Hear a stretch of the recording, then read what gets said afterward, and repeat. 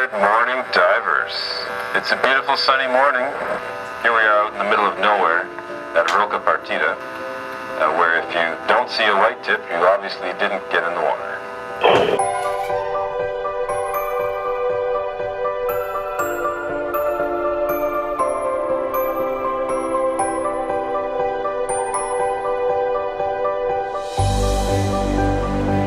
And the crew's just getting the skiffs ready, and we're all excited to start another day of diving.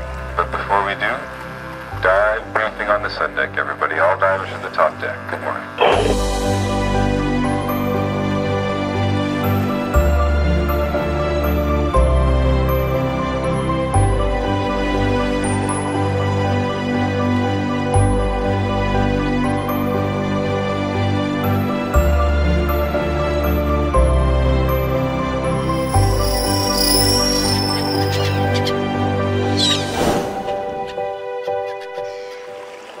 So here we are at Roca Partida, literally in the middle of nowhere. Unbelievable that you can be out here with no other people around, no other boats around, makes it really special. We are super lucky because here for us everything comes together. The weather is perfect and you need good weather.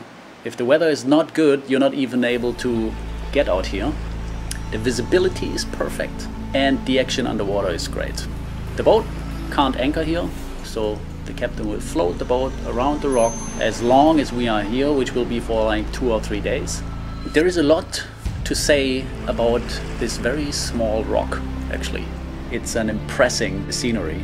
Very steep walls with all that scratches and formations on it.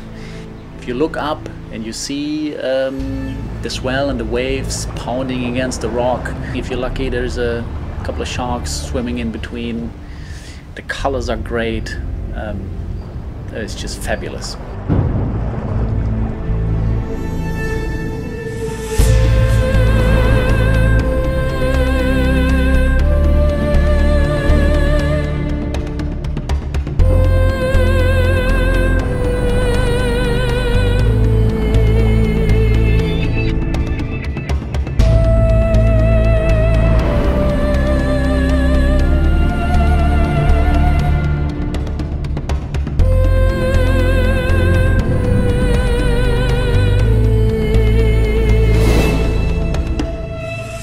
You can swim around the rock easily a couple times on a dive if you want to do that. Usually you will get to an edge where the current picks up. That's where the action is, that's where the schools of sharks are. It's very nice, but it's also not easy to control all that. The current can be really strong, so you gotta make sure that you stay close to the rock and you always have the rock in focus. We weren't quite lucky with the hammerheads. They were pretty deep down there. I didn't really want to go that deep. I wanted to extend the dives a little bit. The light situation further down is difficult. But if you are lucky and there is a little bit of current, it might look like this. Quite a few hammerheads down there. But for me, it was really more about the color, the light, the visibility, the manta rays. I kind of like the white tip sharks. The poor guys have no place to rest because the water is so deep that they have no other chance than to pack themselves into the balconies that you find around the rock. 10, 20, 30 sharks in there. And this is definitely one of my favorite dive sites I've dove so far.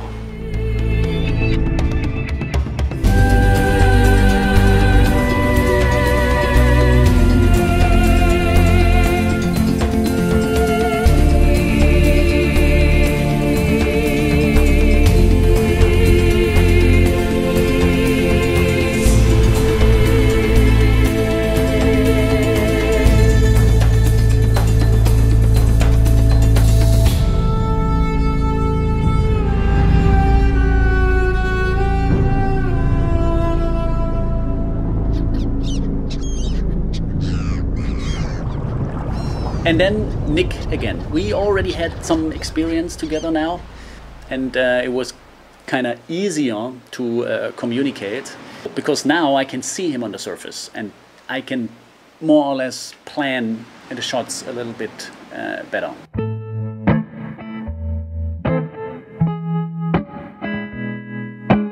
It was quite exhausting for me doing these dives. You know, usually Nick would have a buoy on the surface and a safety diver on the surface where he can rest and do his breathings and then go down.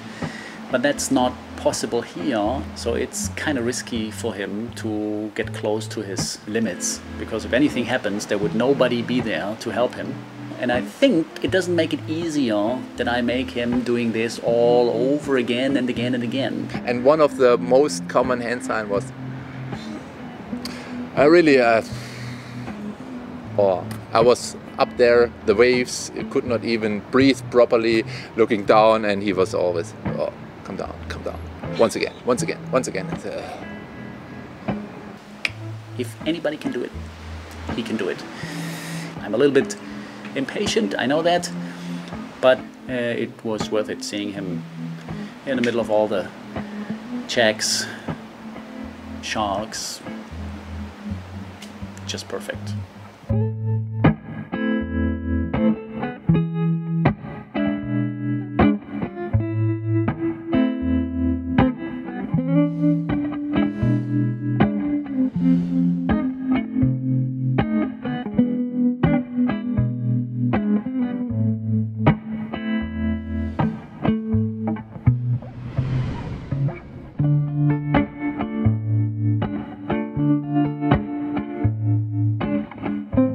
I really forgot the time. I was just turning, and I even forgot the camera.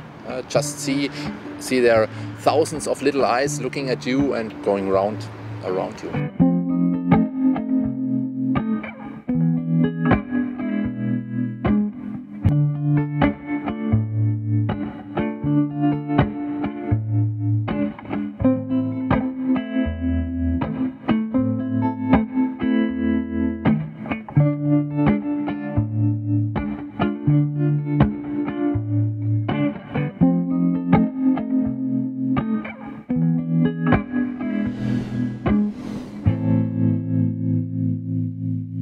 And then all of a sudden, something super strange happened. I was 100% sure that there was a humpback whale just behind me, because the sound that you could hear underwater was so clear and so close.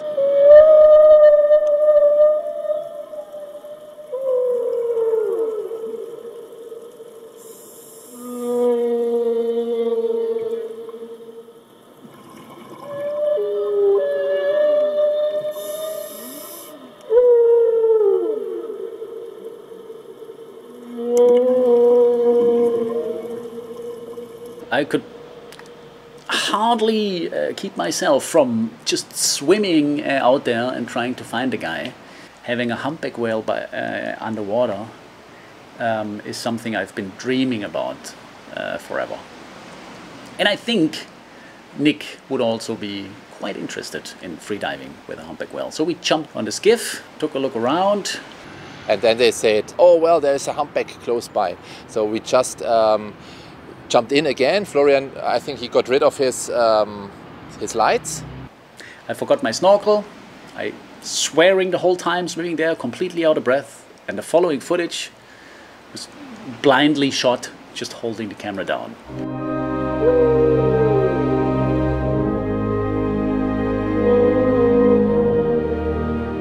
Checking where is Florian. He's there, but he forgot his snorkel, so it was quite tough for him. I went down and I had no idea if he could manage to get this all on camera. I would say 80% chance that you can't get it on the camera so fast, but later on we had a screening for the whole guests in the saloon of the ship, and then he said, ah, look here, we got you.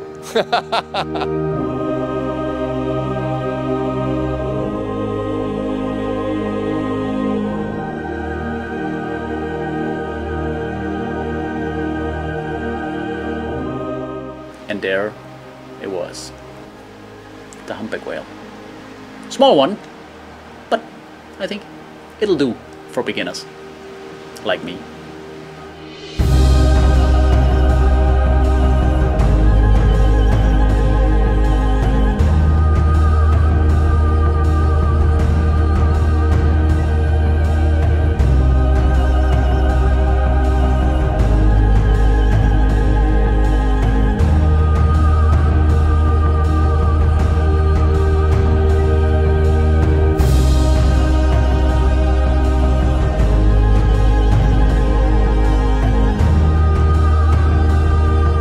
I will definitely need a week, 2, 3, just to figure out what I have done here and what great pictures I saw and great experience this was. So it's really, really, really a good experience.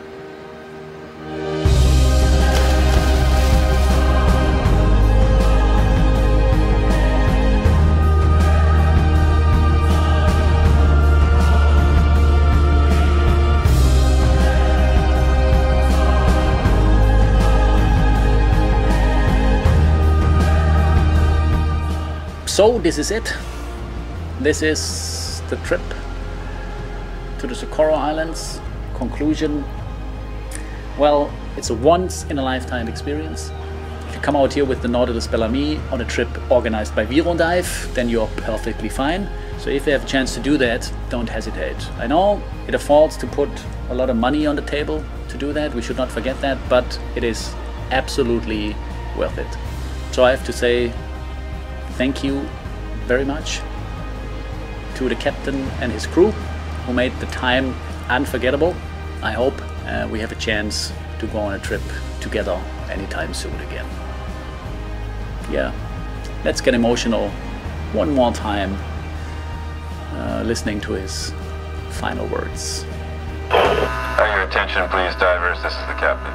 Just want to say a special word of thanks to Florian, who put together some fantastic videos that made our crew look like movie stars and rock stars.